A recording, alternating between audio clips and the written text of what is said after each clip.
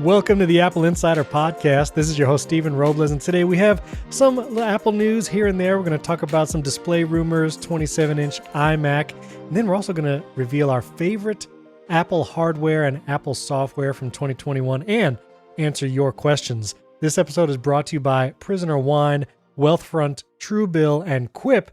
You'll hear about our friends in a moment. And joining me on this penultimate episode for 2021, my friend across the pond, William Gallagher. How's it going, William? Hey, hello. You catch me in the middle of planning my Christmas party. Yes. Can't decide if it'll be in July or August, but you know, we're working on it. If you're planning a Christmas party when you listen to this, it is airing on Christmas Eve if you celebrate Christmas Eve. Otherwise, Happy Friday, I suppose. I guess that's the alternative. That's true. But, you know, I'm expecting, William, that there's going to be literally thousands of people just playing the Apple Insider podcast on their speakers for the Christmas party to hear. You know, you don't need Vince Guaraldi Trio in the background. You don't need Mariah Carey. You can just play the Apple Insider podcast, and it brings the Christmas cheer. Do you mean we're going to have to sing? No, don't tempt me, William. Do not tempt. Wait a minute. Do you sing, William? Not in the slightest, no. People say I barely speak, so, you know, it's... No, because if there's been people listening to the Apple Insider podcast, they know that is not to be true. You speak all the time. But I'll give you a few moments of a song here. Give me 1 second. Okay. Chestnuts roasting on an open fire, Jack Frost nipping at your nose. Wow, though. There it is. That was really good. Thank you. I actually do sing. That is a thing I used to do. I was at a family party once. I've got to, because you've just reminded me of it so clearly. I was at a family party once years ago, and it was announced that the children are going to sing now for their grandparents. I thought, oh, dear. Okay, fine. They get up, and they are West End, Broadway standard performance. Goodness. It was incredible to do it. And a long time ago now, one of them, Dora Rubinstein, I still know, she's a performer now in the UK, and it's just amazing when a great voice comes out when you're not expecting, and that's what just happened there. Well, So thank you very much. Well, as you know, being the last two episodes for the year, you know, I'm just going to be a little unhinged. It's going to be loosey-goosey. We're going to just kind of shuffle and jive, shuck and jive, as they say. Yeah. I've heard this phrase loosey-goosey. It's not terribly well known in the UK. Is it something to do with you all being drunk or something? I don't know. Well, I don't know about that. I mean, the Prisoner Wine Company is sponsoring this episode, but they're not sponsoring that part of the episode. They're not that. Okay. But I will tell our listeners, so this is our Christmas Eve episode, and then we have one more episode for the year. It's going to air on Christmas Eve. I want to encourage you, it is going to be the longest episode ever of the Apple Insider podcast. It's actually already in the can. Special guest Jason Aten joined me for a big 2021 year in review, and it's like talk show John Gruber level length of an episode, and so you get double the podcast next week. So tune in for that New Year's Eve special. It's going to be fun. Right. How long do I have to filibuster to exceed that length? At least an hour. I would love to see it. Okay, challenge accepted. Okay, very good, very good. Well, you know, it's so funny. There's actually news. There's actually Apple news. So we're going to cover some news, but then we'll answer listener questions. This first thing was Mark Gurman. You know, he's releasing his weekly newsletter now called Power On. Mark Gurman corroborated that there is most likely a cheaper Apple monitor being built for sale, maybe next year. So we'll get to that in a moment. But also, he was talking about Apple should just make a giant iPad for the home. And this was a rumor we've had throughout the year of, is Apple going to make a smart home device a la the Echo Show and the Google Nest screen devices where it's a screen and speaker. This still doesn't feel like a thing that Apple would make to me. I don't imagine an iPad mini or even larger iPad stuck to a speaker and Apple selling it as a device. I'm just not sure. I would think I would like it, maybe, but I don't know. What do you think about it, William? Would that interest you at all? No, because it kind of reminds me of, was it Steve Jobs or Tim Cook who talked about combining a truck with a fridge or something?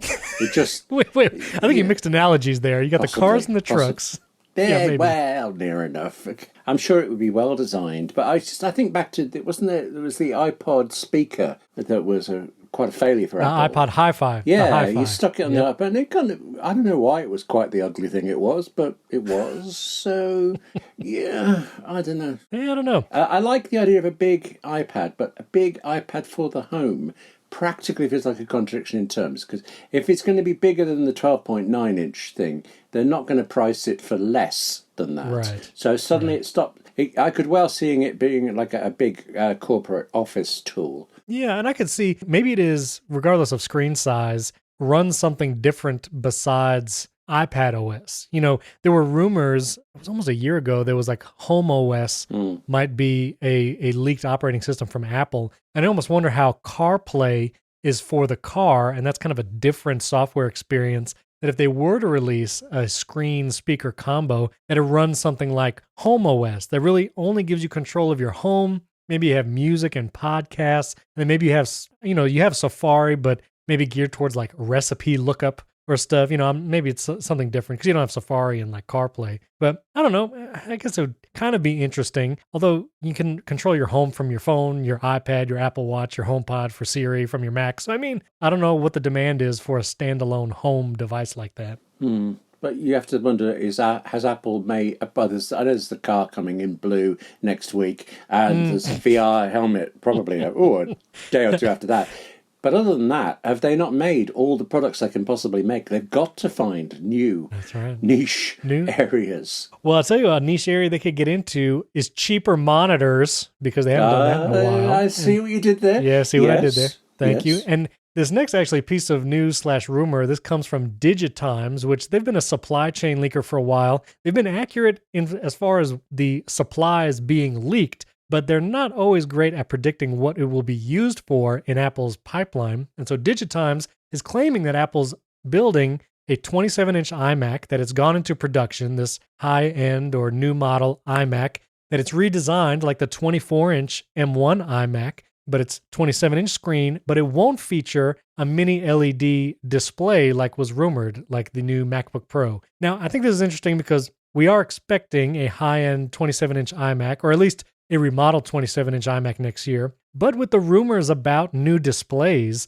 I wonder if Digitimes thinks this is an iMac, but in reality, it's actually a 27-inch monitor that will be less expensive than the Pro Display XDR. Maybe that's why it might not have that mini LED technology. Maybe it won't even have ProMotion, who knows? But this could be that cheaper monitor in Apple's lineup. I am very excited to see a actual monitor that I would buy from Apple that's less than $6,000. Now, William, I know you have a sailboat of a monitor. Yours is about 30 feet wide. Yeah. But would an Apple monitor tempt you away from that gargantuan piece of equipment you have there? It would certainly tempt me, but I wouldn't be able to do it because I spent all my monitor money on this.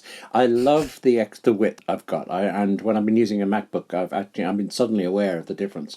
But the resolution on Apple screens is so much better than I've got here. That's what would draw me to it. But frankly, I've got nowhere else in the entire house to put this monitor but on the desk. So where could you wedge it? Because what is the inches again? It's like 32? 49. 49, yeah. William. You say that, but you get so used to it. William. Your early morning exercise is walking to the on switch and back again. And it's, it's normal. What kind of mouse do you use? I forget. I use the trackpad. I love. Okay. I prefer trackpad. You were saying another time about how mice hurt your hand ergonomically. No, sorry, other way around. Trackpads do. Yeah. I find mice do. So I love the big magic trackpad. Well, I was going to say, if you used a normal mouse, you'd have to probably pick it up 5 times just to cross the breadth of that monitor. Yes, good point. Yes, that's you true. Would. But with a trackpad, you could just swipe your hand like you're dealing cards, I guess. Like you're stroking a cat when you're trying to move to the side. Yes. This show definitely has a different energy than any previous show, and I really like it. I'm into it. It's good. I gotta say, Christmas Eve is actually my favourite time of the entire year. There's just a couple of hours on it when it doesn't matter how busy you are, what the deadlines are, nobody's waiting for you to deliver something. Family haven't arrived yet. I usually have a moment on my own with nothing to do, and it's just this little moment of blissful peace for a while. So I'm very fond of Christmas Eve. It's nice to be talking to you on it. Yes, and you know what? I agree. Christmas Eve has always been special. I grew up in New York, here in the States, and cold weather was obviously Christmas Eve. And there was always like a stillness in the air and a peaceful ambiance just that night for some reason. I really enjoyed Christmas Eve, like that moment where it feels like everything kind of stops for a second. Sometimes even as a kid, I would get sad on Christmas Day, and as Christmas Day was coming to an end, because I knew I had to wait a whole year before Christmas came around again. But I do love Christmas Eve. And so this energy is welcome. We have to figure out how to get this energy the rest of the year. I like it. Well, I think we need to launch into a Charles Dickens story now. Isn't that on the... After that? No? Okay. No, just Visited by the ghost of Apple past. Oh, very good. Very good. Yes. So there was an article that the orange dot that shows up in recent versions of macOS, I think this started with macOS Monterey on the Mac, but this happened in iOS 14 on the iPhone and iPad when the microphone is active on the different Apple devices running these softwares. You see the little orange dot, which is kind of like a signal to you as the user that the microphone is open and actively capturing whatever's going on. Apple touts this as a security feature because you want to know that if you aren't on the phone or a FaceTime call or you're not actually recording audio, if you see that dot, it means there's some app accessing the microphone in the background. And you might want to find out what app that is. Is it nefarious? And then maybe remove it, like the Facebook app might be doing that in the background. Who knows? But that orange dot has actually been causing issues for some users. And this was actually brought up by the developer of a popular audio-visual graphics client, Isadora.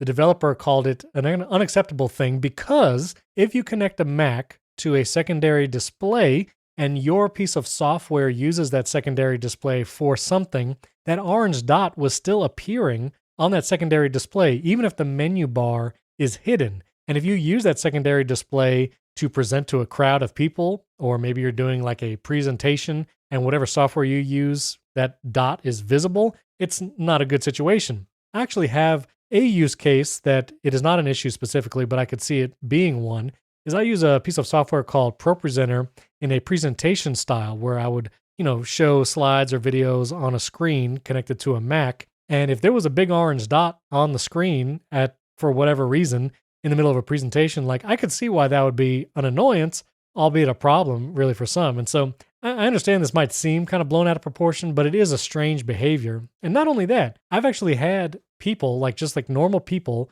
see that dot on their iPhone in the little status bar and ask me, how can I turn this off? Yes. I don't even want to know, I don't want this dot at all. I don't care if the microphone's on or not. I just don't want to see this dot ever.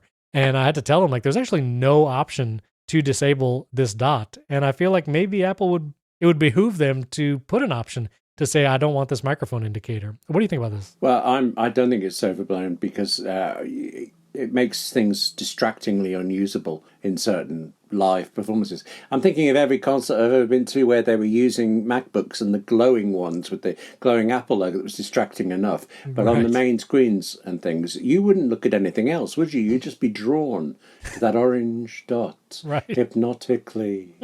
Yeah, I've noticed it on my iPhone and thought, okay, I understand. Go away now, but it never does.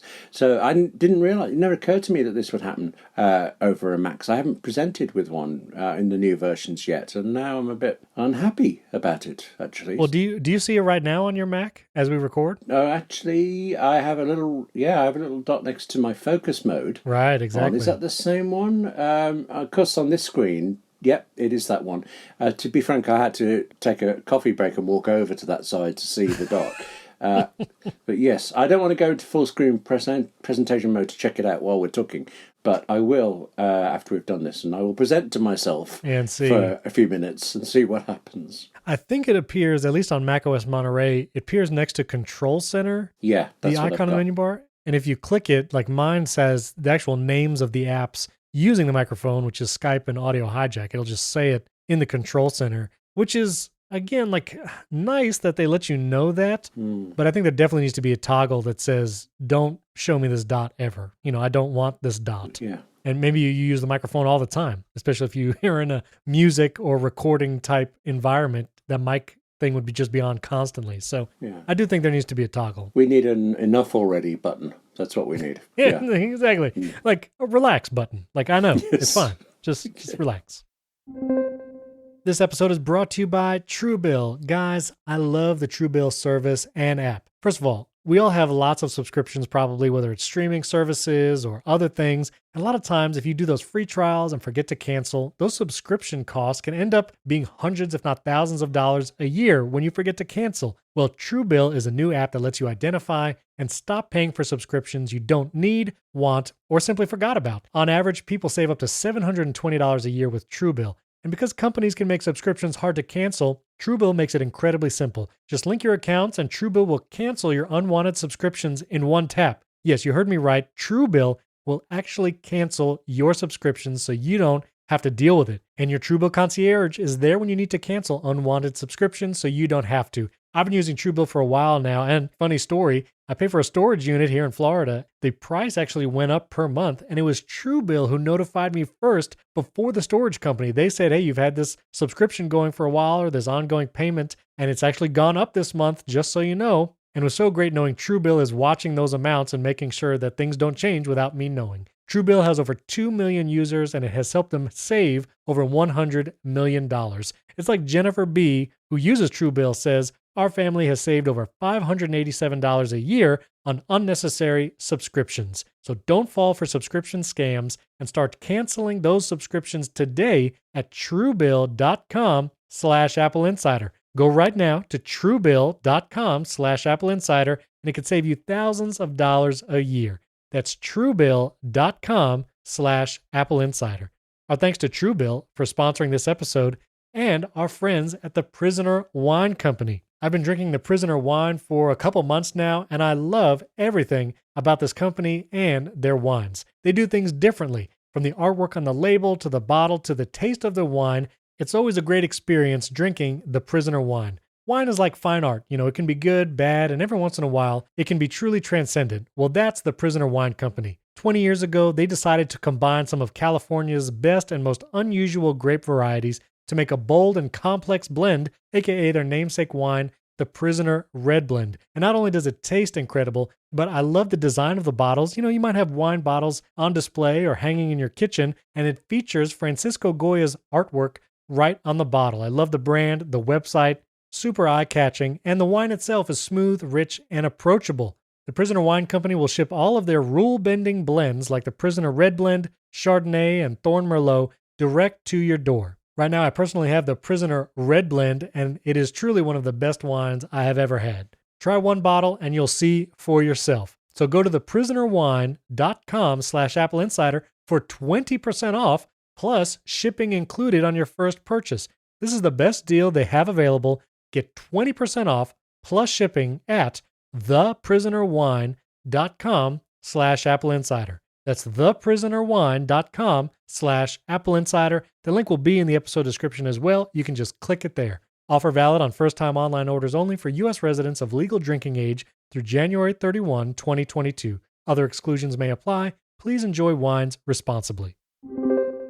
So the next piece of news is actually renders that a new member of the Apple Insider team created. He goes by Apple_Tomorrow on Twitter, but he made new renders of Apple's supposed VR headset based off a report by The Information and things like Ming Chi Kuo has said. So very cool renders. I'll put the article in show notes so you can take a look at what it might be. But Apple is expected sometime in 2022, so this next year, to release this VR headset. Man, I am so curious what that launch will look like. If Apple announces this thing and says this is our answer for VR, what is going to launch alongside of it? I imagine some Apple Arcade titles and maybe some games. Definitely not an Epic Games game, but maybe some other Apple Arcade thing that you would play on there. Maybe a FaceTime. Wait a minute, you couldn't even do FaceTime with that because there's no camera capturing you. Oh, yeah, that's a spooky thought. You're right. I guess it would have to be like a Memoji thing. Oh, okay. Like, maybe you and I could sit down and watch Ted Lasso together, but as Memoji, not actual real people. Is there an emoji of somebody reading a book? Because I could... That's right. Yeah, we could do that. Yeah. As long as it's you reading a book in your Ted Lasso blanket, I'm totally fine with that. Yeah, totally fine. Yeah, that's a very good idea, yes. Yeah. William, what is this? like we're going to be able to enter the metaverse with this new Apple a VR headset, I presume. Metaverse. Yes. Well, wait a minute. You're not bullish on the metaverse, William? Not excited? Yeah. Funny. I don't know why. Facebook, Metaverse. Yeah. No, not so much. Yeah. Do you remember when the internet was young? They used to talk about cyberspace, and now we talk about what gets to our machines and what we send to it and things. Yeah. I feel like the metaverse is the name will vanish, but the technology will live on. Right. And these are the first renders I've seen where it actually looks quite good, except it makes me think of those people who wear those sunglasses, even indoors, blackened sunglasses, and just so they can look cool taking them off slowly. You do that with one of these. If they look like that, that's what they'll be used for. Yeah. Well, that new Matrix movie is just out for streaming now, so you can look cool wearing sunglasses inside. William, what piece of software would Apple have to release with these VR goggles to make you want to buy this thing? I'm hard pressed to think of anything. I don't play a ton of games. No. I imagine nor do I. I imagine there would be some kind of Apple TV and entertainment experience. Like if you want to watch a movie and have it feel like you're watching on William's monitor that's 50 inches wide, but it's 2 inches in front of your face.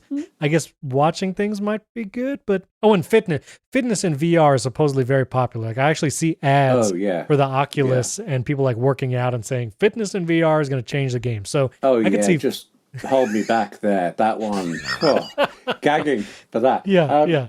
Can't wait. Actually, I had not thought of this before you asked, but maybe Apple Maps. Because this thing of using AR for directions, that it recognizes where you are and puts up an image with big arrows. Only works in about 5 places in the world, but one of them is London. And I was in London and I was really impressed with how it worked. And I could see I would actually use that. If I were wearing the glasses, if I was walking outside and it was safe and legal to do so, I would use that function in Apple Maps. You said that would be... Right. That'd be interesting. Okay, I'm surprised at myself. With VR goggles, I think it would be difficult to drive while wearing VR glasses because you can't see the road. Okay, well, you have to ruin everything, don't you? That's fine. I mean, that would be the augmented reality glasses, which for sure, that would be a selling feature. But, yes. Right now, the Oculus sales pitch is games, fitness, and then I guess board meetings, but in the metaverse. I mean, I guess like that, there's like the enterprise play. So I imagine that would be Apple's deal. It would be Apple Fitness Plus, Apple TV plus entertainment, spatial audio, and then games. I really feel like there would have to be an additional thing. I don't know. Listeners, if you can think of the killer software that Apple's going to launch with these, tweet at William and myself. I want to know because it's really hard for me to think, especially in Apple's universe, what it would be. Maybe you can finally go into an Apple store and not wait in a line. Maybe they'll have an Apple Store VR experience. Okay, I was running through what games I would play, and VR Sudoku doesn't really, run at me. Are you going to get one of these? I think it's unlikely, but you know how clever Apple are. By the time they've finished talking about it, you'll want one. Yeah. Doesn't matter if you bought one yesterday and they come out and they'll still convince you want one. Yeah. So I don't know. It's not the thing I'm rushing towards. I'm intrigued. And more so, actually, because of these renders. I think very often we see renders that just feel like guesses. And these just seem more plausible, more thoroughly done. Yeah. So I'm impressed with these. And that's piquing my interest a bit more than I expected. So yeah. We'll have to see. Our listeners, tweet at us from your Christmas Eve party. What are you going to do with these VR glasses? Or what do you hope to do? That's what I'd like to know. Now, this next piece of news, Apple actually released some information about iCloud Private Relay.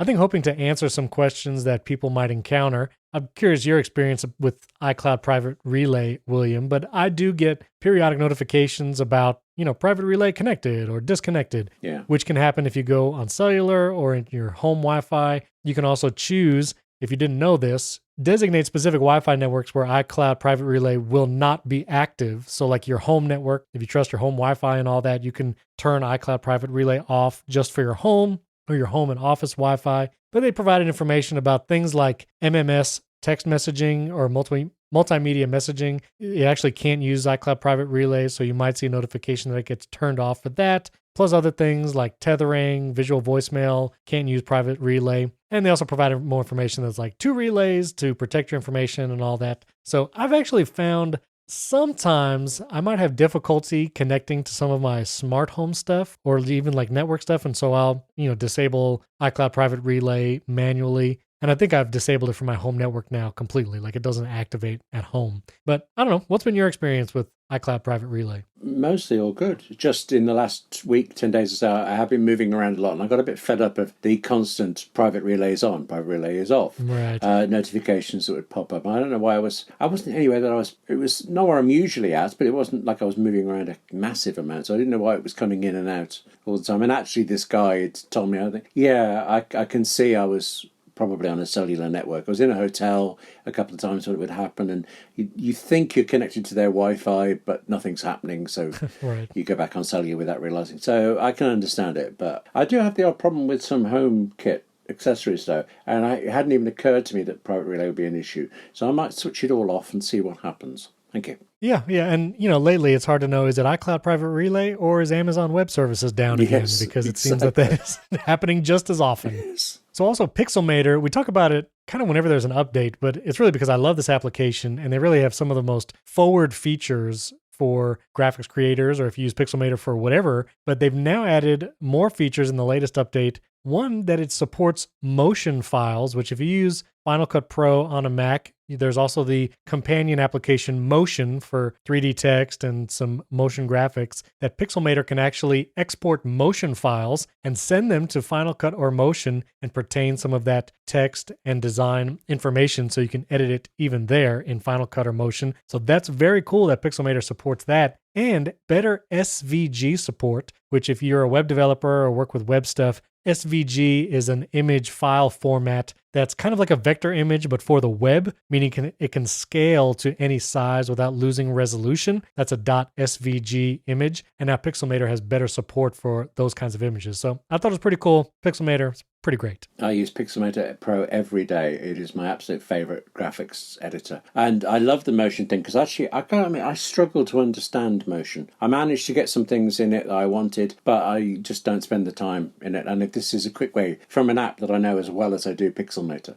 this is quite a boon. Yeah. Oh, yeah. All right. This next one, I thought this was an interesting article on our website, but talking about iPhone battery health, Andrew O'Hara had the article and video, basically left some tips for helping keep the most longevity of your iPhone battery as possible. The big things to remember is heat is your enemy when it comes to battery, like battery health and battery life. So if you're in a hot environment, like I am in Florida, and your phone is just sitting on your dash baking in the sun, it's going to mess up your battery long term, let's be real. So you try to avoid super hot environments. And also don't let your iPhone get to 0% regularly. If you're kind of like me and you remember kind of the old school rechargeable battery methods, you actually were supposed to let batteries drain all the way and then charge them to 100% so the batteries could kind of remember their full capacity. That is not the case anymore with the kind of lithium-ion batteries in iPhones and iPads and Macs. It's actually better if you charge them to 100% from mid-charge, or not letting them get to 0% regularly. So, don't bake it in the sun and charge it often. You don't have to worry about charging it more often than not or trying to wait for it to get to a low percentage before you charge it. Just charge it up. William, do you kind of stress about your battery? Do you take any precautions? No, I just, when the battery goes down to zero, I buy a new iPhone. Seems simple, really. Yeah, no problem there. That's good. Yeah, sorts it out. Yes, very well. Very good. Okay, yeah, sure. Okay, so the next piece is about the digital ID in Apple Wallet, the digital driver's license that Apple announced. Still not really available anywhere just yet, but supposedly up to 30 U.S. states have said they're going to support the digital driver's licenses that Apple is going to support in the Wallet app. 2 airports, unnamed just yet, are going to support this digital ID at the airport in February here in the U.S. So 2 in February, 2 more in March. The TSA announced that that'll be kind of like the beta test for it. And I've been excited for this because Florida was one of the first states to actually announce support. They have a whole website for the digital ID, and the website says coming November. And so I keep emailing them. I've sent them like 3 emails like, hey, can I get like an early beta test, or can I get in on this because I really want to try it? But no luck yet. So hopefully early 2022, we'll see more of these digital IDs. And William will see it probably in about 2029. I think he'll have it then. No, we will see the UK government's version of it, which will fail, cost another 37 billion try to steal all our data and sell it to people and then get cancelled. That's what we'll see first. Well, what a high opinion of the British government. That's No, amazing. it's frankly history now. It's always like this. Thank you for putting that back in my mind. I was having a very nice Christmas Eve. Say, no. The UK's going to say, listen, we have an amazing system we've developed. It's taken decades to figure this out. What we're going to do is create small rectangular plastic cards, and you're going to carry it wherever you go, in addition to that device that you also carry wherever you go. Right. How does that sound? Yeah. Mm-hmm. Like our new blue passports that apparently are very important to people here for some reason. Sorry, a friend just finally got her blue British passport and is tickled by the fact that it's made in France, which is, against all of this borders nonsense we're living through at the moment. But there we go. Wait, no, wait. So what, did your passport change color? This is actually, I'm shocked to say it to you because I'm shocked and right when I'm embarrassed. The jingoism we had over Brexit, people who are very pro it were saying, yeah, basically, so, you're losing business, you're losing customers, tourists aren't coming anymore, we're Plague Island, but we've got back blue passports, which we used to have before joining the EU. Seriously, it was a thing here. And it does genuinely tickle me that these bluish passports we've now got are genuinely made somewhere in either France or Germany. It's just, what can you do? So it used to be red, right? It used to be red, and now it's blue? Yes. Well, it's kind of a burgundy thing. I actually have two passports. I feel a bit Jason Bourne-like here. Ooh. When all of this nonsense started with Britain, I qualified for an Irish passport and Ireland staying in the EU. So I made my kind of stance by getting an Irish passport. And I'm trying to work up the nerve to, when we can fly anywhere, if I can get on the aircraft with the British passport but come off it with the Irish one, how many flags will that throw up? Will there be international incidents? Oh, and William, you are Jason Bourne. Frankly, that's amazing.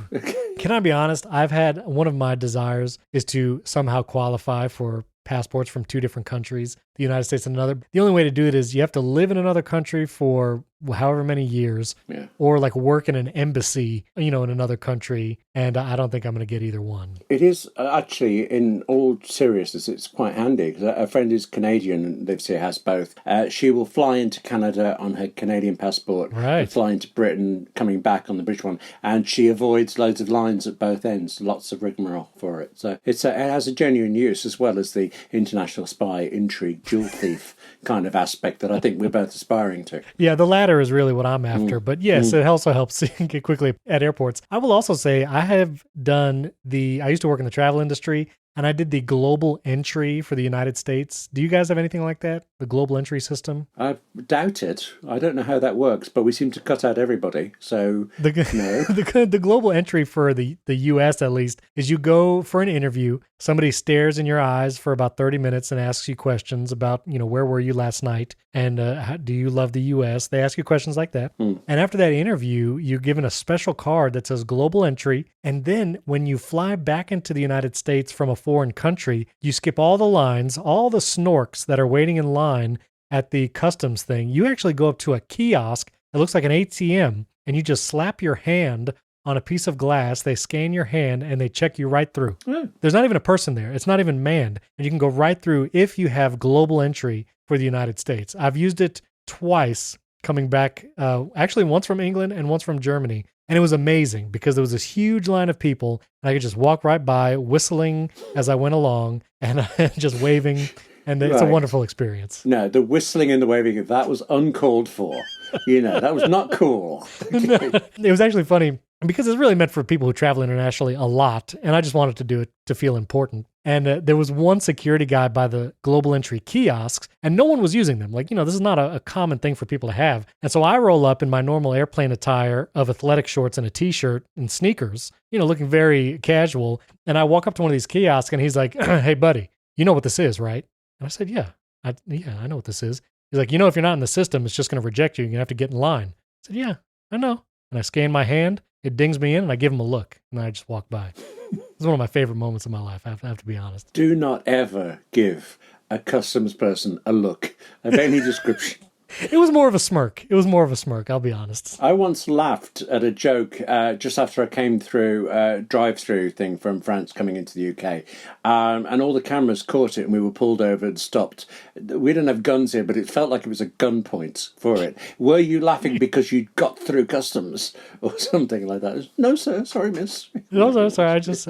Speaking of travel, Malcolm had a great article on Apple Insider about the best travel apps. I doubt many people will be traveling this holiday season, unfortunately, with all the Omicron stuff. But if you happen to be traveling for whatever reason, he's got a good roundup there. I did want to mention a couple apps that I like. He mentioned Airbnb in the article. Here in the United States, there's also an app called VRBO, which is Vacation Rental by Owner, where you can rent out like a house or sometimes a condo. That's pretty cool. If you happen to be traveling internationally for whatever reason, Google Translate is a good app, but I would say use the stock Translate app, which is now both on iPad and iPhone with iOS 15, and live text with translation means if you're in a foreign country, you could take a picture of a menu or whatever and translate it with live text right there in the camera app. So really cool. You can just use the stock camera app. And if you want an app for keeping track of your trip, like your confirmation codes for airlines, hotels, rental cars, and all that, there's two apps that I've used and I really like. One is TripIt,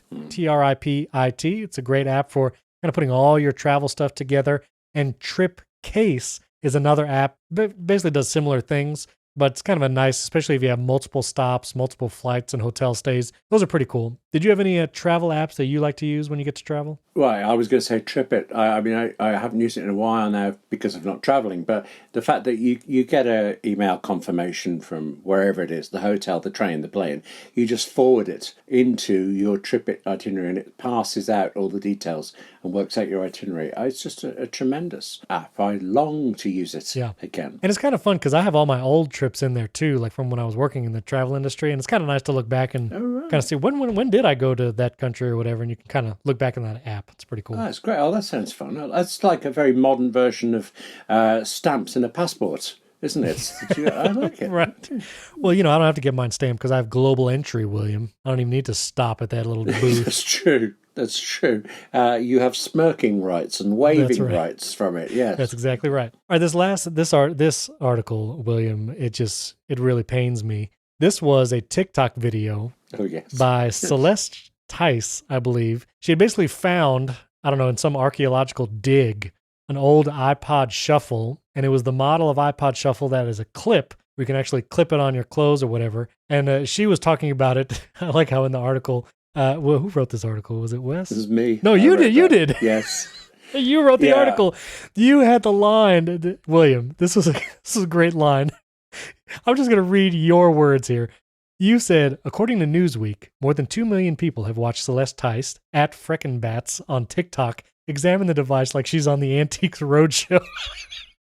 That's so good. But also, this video is crazy making. The fact that she thought this could be a hair clip, it just made me so mad. I felt very old. Well, I felt old at first, but I realised, actually, I think she's really clever, isn't she? I mean, it was her own iPod Shuffle. She did know what it was. And later she talked about the music that used to be on it and how weird it was going back to what she had whenever she was, however old she was then. Right. So she's funny and she's clever about it, but I was really impressed with the hair clip. She's invented Apple's first hairable accessory, and it's just... Let me tell you, if Craig Federighi gets on stage with one of these iPod Shuffles in his hair, people will lose their minds. People would lose it. Oh, I want him to now. Please let him do that. I so want him to. That'd be amazing. William, did you have an iPod? I assume you have had an iPod in the past. I remember buying, my wife and one of it would have been an iPod Mini, I think, first. And I got one for myself this time. First time I'd been to the States, bought it for both of us. And at some point later on, I had a full-size classic iPod. Because I remember you have this thing of... bump protection or something. But even if the thing got bumped, it would still play. And most devices, they would keep working. They had a buffer, that's the word. They had a 20-minute buffer. Right. And I've got it in my head that iPod I had a 6-week buffer in it or something. Stupidly, over the top, brilliant. And I used to record interviews and things on it. Wow. I interviewed Stephen Fry, actually, and he was ecstatic about his iPod because he'd just got a laser pointer adapter for it and things What? like this. Yes. I didn't know they made stuff like that. No, so, oh goodness, how long ago would this been? Don't tell me. I felt old enough about the TikTok video. More than a week ago, there were these devices. Yes. Oh, man. I take it you were a big iPod kind of guy? My first iPod was the iPod Video. It was like the black glossy version. I think it was the 5th generation. That was my first one. And I don't know why I've been so tempted to rebuy it on eBay. There's ones for like $60. They're scratched because like, the back was like the metallic super scratchable finish. But man, I don't know why. I kind of wanted to have it just because it was my very first iPod. But I don't know. Maybe it's a weird nostalgia thing. But I had one of these iPod Shuffles too. And I had the iPod Mini that also was a clip, I believe. Oh, yes. But also had this, and it had the screen. It was a touch screen on it. And there was even like watch bands that you could get and put the iPod Mini in a watch band. And it was kind of like the first quasi Apple Watch. It's amazing. But yeah, those are pretty cool. This episode is brought to you by Quip. Good health starts with good habits, and Quip makes it easy by delivering all the oral care essentials you need to care for your mouth. The Quip electric toothbrush is loved by over 7 million mouths. It has timed sonic vibrations with 30-second pulses to guide you through a dentist-recommended 2-minute clean. It's important to be brushing your teeth for at least 2 minutes, and what's great is the brush will actually vibrate to let you know when those 2 minutes are up. It's lightweight and has a sleek design for adults and kids. This is great for kids too, because a lot of times having something a little techy will help kids want to be in the habit of brushing their teeth. The kids version is designed for smaller hands, and again, it will let them know when they've brushed their teeth for the full 2 minutes. And there's no wires or bulky chargers to weigh you down. There's a multi-use travel cover that doubles as a mirror mount for less clutter, and the reusable handles come in a range of sleek metal hues, including the best-selling all black and all pink, as well as bright plastic colors that pop on your bathroom counter. And even beyond the brush, Quip has everything you need to build a complete routine. They have reusable floss picks. If you don't like doing the whole string floss thing, you can use the floss picks. And they also have refillable mouthwash that's a 4x concentrate. It's good for you and the planet. Plus, with Quip, shipping is free so you can save money and skip the hustle and bustle of in-store shopping. They have stylish and affordable electric brushes starting at just $25, and you won't be paying through the teeth for better oral health. See what I did there? So if you go to getquip.com/AppleInsider right now, you'll get your first refill for free. That's your first refill for free at getquip.com/AppleInsider. That's spelled GETQUIP.com/AppleInsider. Quip, the good habits company. Our thanks to Quip for sponsoring this episode and our friends at Wealthfront. Listen, if you want to invest for the long term, it helps to invest on your terms. Maybe you're pro-solar, maybe you want to be into tech or even crypto. Whoever you are, you should invest in what you believe in. And that's what makes Wealthfront so great. You actually go to wealthfront.com/AppleInsider, you take a brief quiz, and Wealthfront will build a diversified portfolio of low-cost index funds in minutes. They'll also take your risk aversion or your risk desire into the equation to make sure you get a portfolio that works for you. Again, you can build your own portfolio with clean energy funds, crypto, tech, and hundreds of other investments. They also offer socially responsible portfolios that have human rights, climate change, sustainability included. And best of all, Wealthfront is totally automated. They do all the trading, all the rebalancing, and they even help you lower your tax bill while you invest. This is really great, especially if you're not sure where to get started and what to invest in. Wealthfront makes it easy to invest and make it easy to get smarter about investing. I've been using Wealthfront for a while now, and I love the website, the app, super well designed, really easy to use, and you can get started in just a few minutes. Wealthfront is trusted with over $27 billion in assets, helping nearly 500,000 people build their wealth. To start building your wealth and get your first $5,000 managed for free for life, go to wealthfront.com/AppleInsider. That's WEALTHFRONT.com/AppleInsider to start building your wealth today. That's wealthfront.com/AppleInsider and get started today. Our thanks to Wealthfront for sponsoring this episode. Let's do our favorites of 2021. William, favorite device, favorite software feature. You said you already knew what device you would say is your favorite from this year, so hit me. What's your favorite? Easy. M1 Max 14-inch MacBook Pro. Mm. I mean, I do a thing called 58 Keys, which is YouTube is for writers, and I was thinking, how can a writer justify spending this amount of money? Because you only see the performance when you edit video and things like this. But I screen recorded myself doing typical writer things. I copy typed a bit of Jane Austen. I downloaded a PDF of a script. I created a PDF. I did 4 or 5 different things, including browsing, and I did exactly the same thing on Apple Silicon Mac Mini, iPad Pro with the M1, and the new MacBook. And the differences, even in typing, were incredible. I can't remember the figures now, but it was something like I spent about 5 minutes doing all of this stuff on the Intel Mac Mini, and it was under 3 minutes on the MacBook Pro. And not racing, just ordinary day-to-day operational typing and writing. And I still feel it now. Every time I do something, it's just so fast, so responsive. And then, of course, when you do edit video, I mean, it's just wonderful. So, yeah, no question, no contest. They could release the car in the next half hour, and it wouldn't beat the MacBook Pro for me.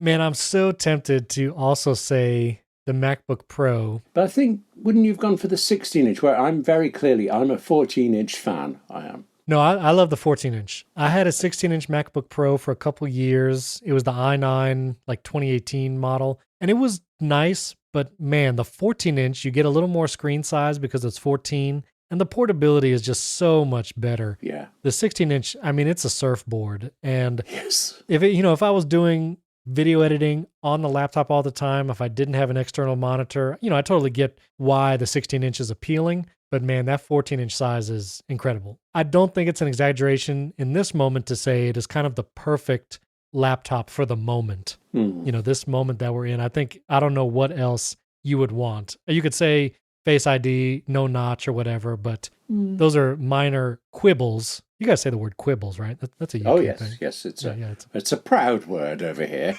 used daily in most things. Right, yes. Quibbles and Q, but it is really amazing. It's an incredible machine. But I will go differently. I will say my favorite device from 2021 is actually the iPad Mini. Oh, it is also the most buggy device I think Apple released this year, which is like a weird dichotomy. yes. But because so much of my time is actually editing podcasts, I edit multiple a week, and now I do it all on the iPad Mini, and the lightness, the portability, it is fun to just kind of pick up and use. And so it has made podcast editing more enjoyable. Doing it for long periods of time. I'm not trying to balance the 12.9 inch on something while I edit. And I also have been using the iPad Mini for more leisure things. If it's reading, I've been doing reading on the iPad Mini. And even sometimes just picking it up to watch a YouTube video, I'll reach for that over my phone and over my Mac. And it's so good for so many things. And so it is still super buggy. I don't think you could say it's the best product of 2021. I think the best product is the new MacBook Pro. I mean, I would never argue with that. I think that is by far the best thing that Apple did this year. But as far as my favorite device for what I use it for, I really love the iPad Mini, and I'm glad they redesigned it like they did this year. But the next question, William. Yeah. Favorite software feature? I'll give you some time to think. I'll do mine first. Thank you. Yeah. Please. I'm really relieved that. There's been some, you got SharePlay, you got the FaceTime improvements, you have shortcuts on the Mac, which, again, I'm glad it's there. For me, now that I've set it up how I want and using it more often, focus modes is probably my top software feature this year. I love that when I activate a focus mode, it activates it on all my devices. So my Mac, iPhone, iPad, everything is in that focus mode. The ability to choose what contacts can come through depending on the focus mode is brilliant, and what apps can send you notifications. I love that. I've been able to work it into some automations and shortcuts, which makes them really more useful. And there's one day a week, I try to take one day a week where I don't do any work, which usually doesn't happen. I usually end up working somewhat on that day. But I have a focus mode specifically for that one day a week, and that's the one focus mode that I schedule to fire automatically. It activates at 7 in the morning that morning and deactivates at like 11 p.m. that night. And I have a home screen dedicated for that day where my email's not on the home screen, Slack is not on the home screen, and having the focus mode change the home screen, plus really control what notifications I get that day, it's really been useful and helped me focus more, pun intended, but focus more. And the ability to change home screens depending on focus modes is really nice. I also have a video focus mode. If I'm going to film a video, I'll activate a focus mode, and I have a home screen that has none of my personal widgets on the home screen, so I can be sure that I can film my iPhone or my iPad, and I don't have to worry about, what's on the home screen, what widgets are showing my calendar or address.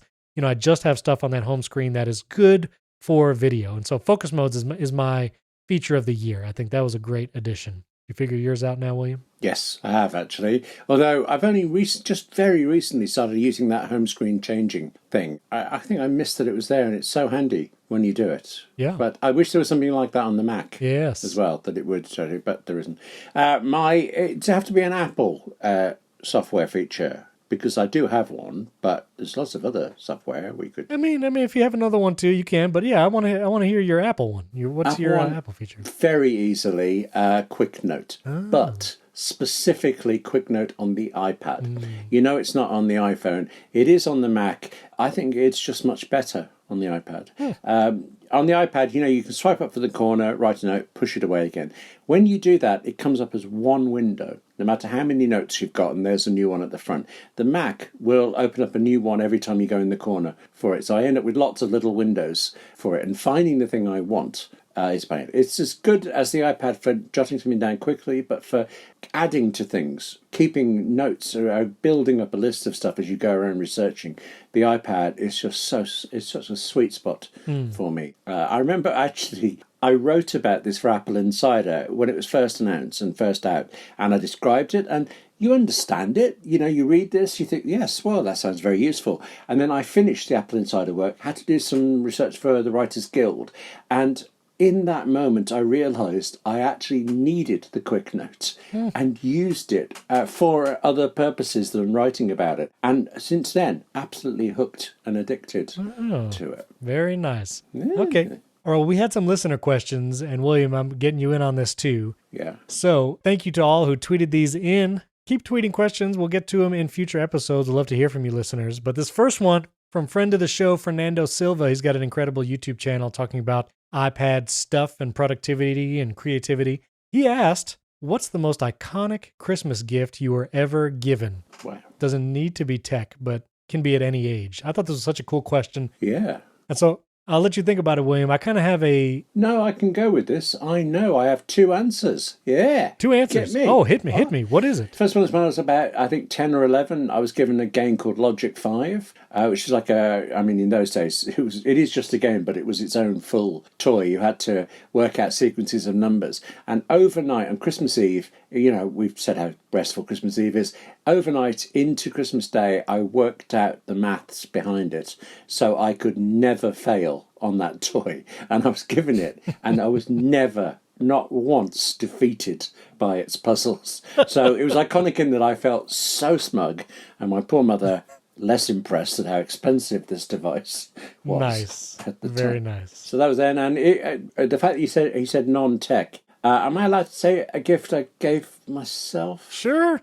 In my living room, I have a very large poster on the wall of a symbol for time from the film Arrival. Oh. About 5 years ago, I went out with a friend. She had cinema tickets, something, didn't know what it was. It turned out to be Arrival, and I utterly loved it. I went back to see it again the next week. I brought my wife to see it. And then over Christmas, it would have been 4 years ago now, there was a midnight screening. They re-released it at Christmas, and so I went to see it in the snow, midnight. And actually, it's been a tradition every year since. I watch it around midnight on Christmas Eve, and this year, I'm going to watch it on the beautiful screen of my MacBook Pro. But I'll probably do it on the couch underneath this time symbol. So that's stuck with me. Oh my goodness. That is amazing. First of all, I love that movie. It's an incredible film. Yes. And I might have to get some of this art. This is amazing. I did not know this existed. It was tricky to find a few years ago, actually, so good luck. Now, I was going to say I'll swap you for one of your iPads or something, but I won't. No. Okay. You won't do it. I'm sending you a link right now in Slack. This is Supposedly, it's the arrival time. That's the one. Is that the one? Oh, no, actually, not quite. As much as I love the film, there is actually a mistake in it, and there are two symbols that at different times they say are time. And the one I've got is the other one. Oh. And if you look at the other list they give, that symbol you've shown me is a symbol for human and things. So there's a bit of inconsistency there, but I also just prefer the look of the other one, which now, of course, I've got to try to find for you, short of walking into my living room. Well, yeah, I mean, if you want to take a picture of yours and send it to me, that would be welcome. I'm going to send you one other link, and this looks like a different symbol that might be the one. Oh, goodness. Some people make tattoos out of this, apparently. Yeah, I can see that. Maybe. Okay, well, while you look that up, I will say one gift. I'll do one tech and one non-tech gift. I think it was my freshman year of high school, so I was probably 14. My parents gave me my professional trumpet. Oh. And it was the trumpet that I used throughout high school and then into college. And that's actually what my bachelor's degree is in trumpet, trumpet performance. And so that was just an incredible gift and yes, carried me through a music career through college. And so that was a wonderful thing. And then a tech gift was actually, I think, the only Apple product that maybe my parents had bought me was the first iPod Touch. Oh, right. I did not get the original iPhone. My first iPhone was the iPhone 4. And so the closest thing I had to it was the original iPod Touch. I still have it. It still turns on. And I loved that thing. I mean, I would be on that iPod Touch. I jailbroke it, I think the first year and messed around with it that way. And I loved it. And it was a... You did what? You jailbroke it. William, I was in college. I had nothing else to do. You couldn't just leave it alone and enjoy it for what it was. It's not jailbroken now. Okay. It's, it's stock. I reverted it. Don't worry about it. Okay, now you have sent me the official time symbol, so that's good. Okay. A lot of this was worked out with the people behind Wolfram Alpha and things. The science and the maths behind it's amazing. That's awesome. Of the two time symbols in the film, I think this one is used more often.